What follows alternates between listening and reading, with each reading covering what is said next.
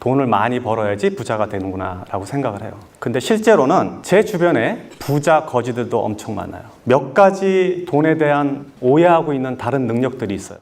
제가 지금 제일 잘하는 게 뭐냐면 두 가지가 있어요. 하나는 돈 버는 거예요. 그리고 또 하나는 사장들 가르치는 일을 해요, 지금. 아마 여기도 지금 제가 가르친 제자들이 되게 많이 와 있는 것 같은데, 국내에 한 벌써 거의 1000여 명 넘는 그 사업가 제자들을 제가 두고 있어요. 왜냐하면 사장들은 사실 선생을 둘 수가 없어요, 구조적으로. 사장을 해본 분은 알겠지만 사장은 선배, 사수가 없습니다. 직장 내에 사수가 있을 수가 없어요. 그래서 매번 실패하고 넘어지고 모를 데가 없고 이런 일을 하는데, 저는 이제 좀 해외에 있기도 하고, 저는 또 자수성가한 사람으로 한 사람부터 직원이 한 명 있을 때부터 굉장히 많은 직원을 함께 일할 때까지 회사 전체를 지켜와 봤기 때문에 사장들을 가르치는 데 굉장히 적합화된 형태에 있다고 믿어져요. 그래서 굉장히 많은 사장들을 지금 가르치고 있는데, 이러다 보니까 아무래도 돈 얘기를 많이 할 수밖에 없어요. 그래서 오늘도 여러분들은 돈의 세계로 여러분들을 데려가겠습니다. 우리는 보통 돈을 많이 벌면 부자가 되는 줄 알죠. 그게 일반적으로 사람들이 생각하는 방법이에요. 돈을 많이 벌어야지 부자가 되는구나 라고 생각을 해요. 근데 실제로는 제 주변에 부자 거지들도 엄청 많아요. 몇 가지 돈에 대한 오해하고 있는 다른 능력들이 있어요. 첫 번째는 돈을 버는 능력, 돈을 모으는 능력, 돈을 쓰는 능력, 돈을 불리는 능력, 유지하는 능력. 이것은 다 각기 다른 능력이에요. 이게 각기 다 다른 능력이라는 걸 이해해야 돼요. 그래서 돈만 많이 벌면 부자가 되는구나 라고 생각하는 사람들은 그 돈을 유지할 수 없게 돼요. 불릴 수도 없게 돼요. 그래서 이게 각기 다 다른 능력이라는 것을 먼저 이해하셔야 돼요. 돈을 많이 벌면 행복할까요? 돈을 많이 번다고 실제로 반드시 행복하지는 않아요. 그거는 사실이에요. 그런데 이거는 비유를 하자면 기름진 밭에 뿌려진 씨앗 같아요. 여기서 기름진 밭은 돈을 말하고 씨앗은 행복을 말해요. 그래서 우리가 씨앗을 갖다가 기름진 밭에다 뿌리면 100개를 뿌렸다고 치면 굉장히 많은 씨앗이 나올 거예요. 반대로 밭이 좋지 않은 밭에다 씨를 뿌리면 상대적으로 100개 중에 아주 안 나오진 않아요. 한두 개씩 나옵니다. 그래서 그렇지만 상대적으로 숫자가 적을 뿐이에요. 그래서 돈이 많으면 일반적으로 행복을 유지하는 데 굉장히 유리해요. 그리고 여러분들이 갖고 있는 걱정을 지금 가만히 계산해 봐요. 여러분들 안에 지금 수많은 걱정들이 있을 거예요, 현재. 가족관계부터 시작해서 뭐 실제 재정 문제, 미래에 대한 거, 주변에서 자기가 생각하는 이상과 다른 여러 가지 고민들이 있을 거란 말이에요. 이 고민들을 돈이 얼마 있으면 해결될 수 있을까 하고 다시 되돌아보면 상당히 많은 부분들이 돈이 이거를 해결하고 있다는 걸 알 수 있어요. 돈은 중력과 같아요. 중력이 뭔지 알아요? 중력은 무게가 무거우면 무거울수록 주변에 다른 거를 끌어들이는 힘이에요. 그러니까 지금 지구가 달을 끌어들여서 돌고 있게 하고 태양이 지구를 끌어들여서 주변에서 돌고 있게 하는 힘이 중력이에요. 그래서 돈도 똑같아요. 중력이, 즉 돈이 많으면 많을수록 다른 돈을 끌어들이고, 그 돈의 무게감이 크면 클수록 다른 돈을 끌어들이는 힘을 갖고 있어요. 보통 돈을 보면 돈이, 여러분들 예를 들면 이렇게 얘기합시다. 내가 지금 10억을 벌고 싶다. 10억을 목표를 세웠어요. 그럼 매 1억을 지금 모아간다고 가정을 해요. 열심히 일하고 혹은 사업을 해서 1억을 모았어요. 그럼 그 다음 또 1억을 모으고 1억을 모으고 이렇게 해서 계속 10억까지 갈 거 아니에요. 근데 이제 보통 사람들이 생각하는 돈의 개념은 첫 번째 1억을 모을 때 이 1억을 모으기 위해서 들어간 노력의 총합이 예를 들면 100이라고 가정을 합시다. 그럼 두 번째 1억을 모을 때 또 100이 들고, 세 번째 1억을 모을 때 또 100이 들고 해서 전체 1000이 들어가야지 10억을 모은다고 이해를 해요. 통상적으로. 근데 그렇지가 않아요. 돈은 중력이 있기 때문에. 돈은 처음에 1억을 모을 때 100의 노력이 들어갔지만 두 번째 1억을 모을 때는 90이 들어갔어요. 그 다음에 세 번째 1억을 모을 때는 80이 들어가요. 같은 방식으로 계속 이어지다 보면 나머지 9번째, 10번째에서는 10의 노력도 안 들어도 돈이 느는 거예요. 이게 돈이 갖고 있는 중력의 힘이에요. 이거를 숫자로 계산하면 제 느낌은 어떠냐면 1, 2, 3, 4, 5, 6, 7, 8, 9, 10 이렇게 돈이 늘어나는 게 아니라 1, 2, 4, 8 순식간에 10 이렇게 되는 거예요. 그러니까 그렇게 돈이 늘어나는 거예요. 그래서 돈과 중력은 동일한 형태를 유지하고 있다. 이게 돈의 속성 중에 하나예요. 이해를 해야 돼요. 청년들 중에 보면 막 100억, 1000억 이런 소리 하잖아요. 그럼 그게 굉장히 큰 돈 같지만 실제로 1억, 2억 하는 순서로 따지면 한 7번, 8번 대곱하기 하면 거기까지 가는 거예요. 그리고 사업도 실제로 그렇게 커져요. 제가 매장 하나를 가지고 매장 300개 열 때까지는 몇 년이 걸렸는데 그 다음 300개는 언제 했는지도 몰라. 원래 순서가 그렇게 돼요. 그 자체가 힘을 갖고 있기 때문에. 자, 그래서 돈은 중력과 같다라고 이해를 하셔야 돼요. 두 번째, 돈은 인격체예요. 인격체라는 말은 이제 person, 인격이라는 말인데, 인격체라는 거는 스스로 존재하고 생각하고 개별적 실체를 가지는 것을 인격체라고 그래요. 무슨 소리야? 돈은 형체도 없고 생각도 없고 그냥 가치만, 사람들이 생각해 놓은 가치만 있고 숫자로 보여지는 건데 이게 무슨 인격체냐라고 생각을 한단 말이에요, 흔히. 그렇지만 여러분들은 오늘 이 저녁부터는 돈을 인격체로 받아들여야 돼요. 일반적으로 사람이 아닌데 사람으로 불리는 게 이 세상에 굉장히 흔해요. 지금 이 CGV는 법인이에요. 법인. 여기서 인은 사람을 말해요. 회사, 인간. 그래서 법적으로는 법인체는 인간과 똑같은 대우를 받아요. 고소도 할 수 있어요, 여러분들을. 법인인데, 사람이 아닌데. 그러니까 인격체예요. 돈도 인격체로 받아들이세요. 그렇게 이해를 하셔야 돼요, 돈을 벌려면. 자, 인격체란 뭐냐? 인격체로 돈을 이해하면 돈은 어떤 형태로 보이냐? 여러분들이 돈을 보는 시각이 완전히 바뀔 거예요. 그러면은 큰 돈은 어른이고 작은 돈은 아이가 되는 거예요. 돈은 감정을 가졌어요. 돈은 생각을 해요. 그리고 또 돈은 자기가 좋아하는 데가 있고 싫어하는 데가 있어요. 그리고 돈은 헤어지는 것을 싫어하고 함께 모여있는 걸 좋아해요. 돈은 그래서 몰려다녀요.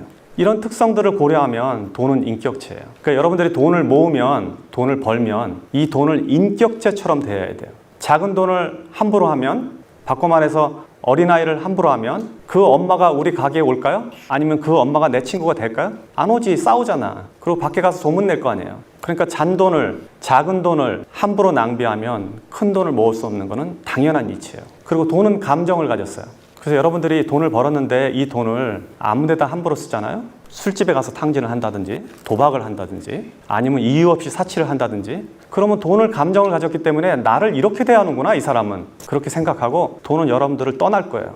왜냐하면 돈은 자기를 갖다가 하찮게 대하는 사람들을 옆에 두지 않기 때문에 그래요. 또 돈은 생각을 가졌습니다. 생각이 있기 때문에 여러분들이 무슨 행동을 하는지 면밀히 이해하고 있다가 갈까 말까를 결정하고 생각을 가졌기 때문에 여러분들이 좋은 일에 돈을 쓰면 그 돈은 다시 돌아와요. 큰 돈은, 작은 돈은 아껴야 되고 큰 돈은 제대로 보내줘야 돼요. 이게 돈을 쓰는 방식 중에 하나예요. 그래서 돈은 인격체다라고 이해를 해줘야 돼요. 다음 거. 일정하게 들어오는 돈은 불규칙한 돈보다 힘이 세다. 사업이나 자기 생활에서 이거를 이해 못하는 사람들은 절대 돈을 못 모읍니다. 일정하게 들어오는 돈은, 일정하게 들어오는 것 자체가 어마어마한 힘이에요. 아까 내가 중력 얘기했죠. 큰 돈은 상대적으로 작은 돈보다 중력이 셀 거예요. 그런데 일정하게 들어오는 돈은 한 번에 몰려다니는 돈보다 힘이 세요. 무슨 얘기냐면 매달 100만 원씩 버는 사람은 한 번에 1년 내내 굶다가 어느 날 1000만 원 버는 사람보다 힘이 세다는 얘기예요. 이거를 캐시플로우라고 얘기해요. 일정하게 물이 들어오는 거. 자, 우리 지금 비 안 와갖고 막 난리인데 비가 일정하게 골고루 오면 곡물도 자라고 우리가 온도를 유지하거나 세상을 사는데 편리한데, 만약에 한 번에 비가 몰아서 오면 어떻게 될까요? 연량 강수량이 200mm밖에 안 되는데 1년 내내 안 오다가 200mm 한 번에 와. 이러면 우리 풍수로 죽게 되는 거예요. 돈도 똑같은 거예요. 그래서 돈을 어디 가서 일당으로 돈이 많이 버는 사람들 있죠. 뭐 기계 고치고 뭐 설비해갖고 하루에 30만 원, 50만 원 버는 사람들, 돈을 못 벌게 돼 있어요.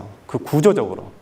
그렇게 하루 일당씩 보면 30일이면 얼마, 이렇게 계산하면 여러분 수입보다 몇 배 되는 것 같지만 실제로 그런 사람들은 일정하게 돈이 들어오지 않기 때문에 그 돈을 모을 능력이 사라져버려요. 사업도 마찬가지예요. 매출이 주말에 500만 원 오르는 거 아무 의미 없어요. 매일 100만 원 오르는 게 더 좋은 거예요. 왜냐하면 일정하게 들어오는 돈은 그 돈 자체가 강력한 힘을 갖고 있어요.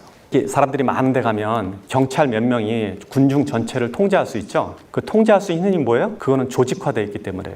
우리는 조직이 안 돼 있는데 경찰들은 조직화되어 있고 명령 체계화되어 있기 때문에 수많은 군중을 통솔할 수 있다고요. 그러니까 일정하게 들어오는 돈은 조직화된 돈이라고 봐야 돼요. 그래서 그 돈은 다른 돈들을 이겨요. 더 큰 돈, 목돈 2천만 원, 3천만 원 들어오는 거 아무 의미 없어. 매달 100만 원, 200만 원 버는 게 아주 무섭고 중요한 돈인 걸 알아야 돼요. 고생해서 번 돈은 공짜 돈보다 힘이 세다. 돈은 같은 100만 원이라도 혹은 같은 1000만 원이라도 그 숫자는, 가치는, 지금 현재 보여지는 가치는 동일하더라도 그 돈이 벌어진 과정에 따라서 그 돈의 무게가 틀려져요. 여러분들이 고생해서 벌은 돈은 무게가 100kg라 그러면 누가 준 돈은 1kg도 안 되는 거예요. 가볍게 날아가요. 이치를 아시겠죠? 그런 돈은 그냥 흩어져 버려요. 복권에 당첨됐다든지 갑자기 사업을 해서 돈을 벌었다든지 혹은 누가 줬다든지 유산으로 받았다든지 땅값이 갑자기 올라서 떼부자가 됐다든지 이런 사람들의 돈은 같은 1억이라도 내가 벌어서 꾸준히 모아서 적금 들어서 벌은 돈 1억하고는 전혀 다른 가치를 갖고 있는 거예요. 고생해서 번 돈은 공짜임보다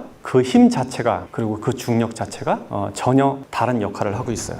사실 성공이라는 거는 그 이면에 굉장히 많은 사람의 슬픔과 고생을 바닥에 두고 있어요. 돈은 몰려다니기 때문에. 그래서 성공한 사람들이 하는 실수가 뭐냐면 지금 이런 거를 잘 지키지 않는 게 보통 성공한 사람들이 흔히 하는 실수예요. 성공이 근본적으로 많은 슬픔과 불행을 깔고 있다는 얘기는 뭐냐면 그 깔은 자체가 마치 가시처럼 이렇게 앉아 있거든요. 그래서 그 가시를 다독이지 않으면 결국 가시는 내 몸을 찔러서 돈을 많이 벌어도 다시 돈을 흩어지게 만드는 힘을 갖는다고요. 그래서 이런 원리들을 이해해야지 우리가 돈을 모으고 관리하고 유지하고 더 확장해 나갈 수 있는 거예요. 그래서 여러분들은 성공하고 나면 혹은 성공하기 전에 이 원리를 이해해야 돼요. 이 원리를 이해하지 못하는 많은 창업가들, 사업가들 혹은 젊은 친구들이 사업에 나가서 많은 돈을 벌었을 때 불과 몇 년 만에 혹은 순식간에 다시 바닥으로 내려앉는 것은 당연한 이치예요.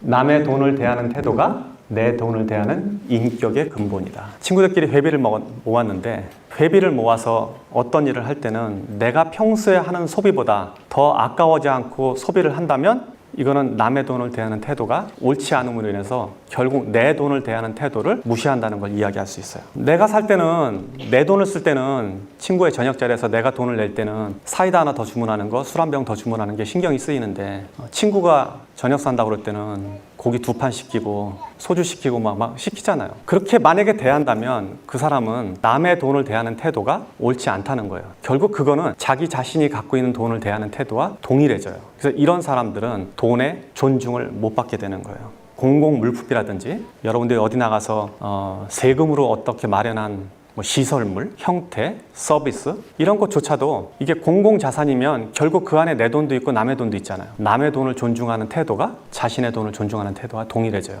딱히 그런 건 아니지만 예를 들면 미국의 사업가들은 주식회사로 회사를 움직인다 그러면 그 주식회사의 자기 지분만큼 다른 사람들의 지분이 있다는 걸 이해하기 때문에 사적으로 회사 일을 쓸 때와 공적으로 쓸 때 구분을 굉장히 명확하게 하는 편이에요. 그런데 여기서 회사를 운영하는 사람들 중에 상당히 많은 사람들은 회사에 불과 몇 프로의 지분을 갖고 있고 사장이긴 해도 이 전체를 자기 재산으로 이해를 한다고요. 근데 여러분들은 그런 사람을 나무라는데 보통 우리들도 흔히 일상에서 그런 실수를 저지르게 된다고요. 남의 돈을 대하는 태도는 꼭 내 돈을 대하는 태도와 동일하다고 이해를 하셔야 돼요.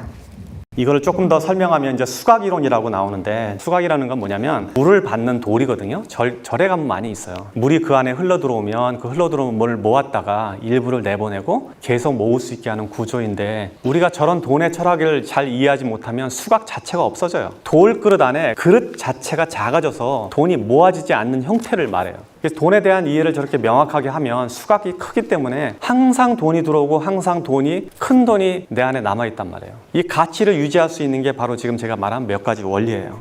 이렇게 돈에 대해서 이야기를 하면 여러분들은 현실적으로 물어볼 거예요. 어떻게 돈을 벌어야 될까? 돈이라는 거는 그게 모여지려면 그 모여진 것 자체가 이렇게 모여지려면 일정한 규모가 이루어져야 돼요. 회사도 마찬가지예요. 회사가 막 초기 성장하는데 회사가 좀 크니까 미리 사회적 기업을 만드는 사장들이 있어요. 막 직원들한테 월급을 막 굉장히 업계보다 훨씬 더 주고 막 차 사주고 막 배당 주고 이러는 사람들이 있어요. 국가도 그렇게 하는 경우 있습니다. 그렇지만 내가 자본을 모아서 이 자본이 다른 자본을 끌어들이기 전까지는 모으는 게 더 현명한 일이에요. 만약에 가족을 도와준다고 해도 그 이후에 그 자본이 잉여 자본이 재산을 만들어질 때까지 기다렸다가 도와주는 게 나는 더 합리적으로 봐요. 그래서 모든 군주들이 나라를 크게 일으킬 때는 옛날에 이렇게 봅시다. 삼국지 시대에 하나의 장수가 왕이 되는 과정에서 전쟁을 통해서 재산을 모아갈 거예요. 이 재산을 모으는데 계속 나눠줬다 그러면 국가를 형성할 수가 없어요. 회사도 마찬가지거든요.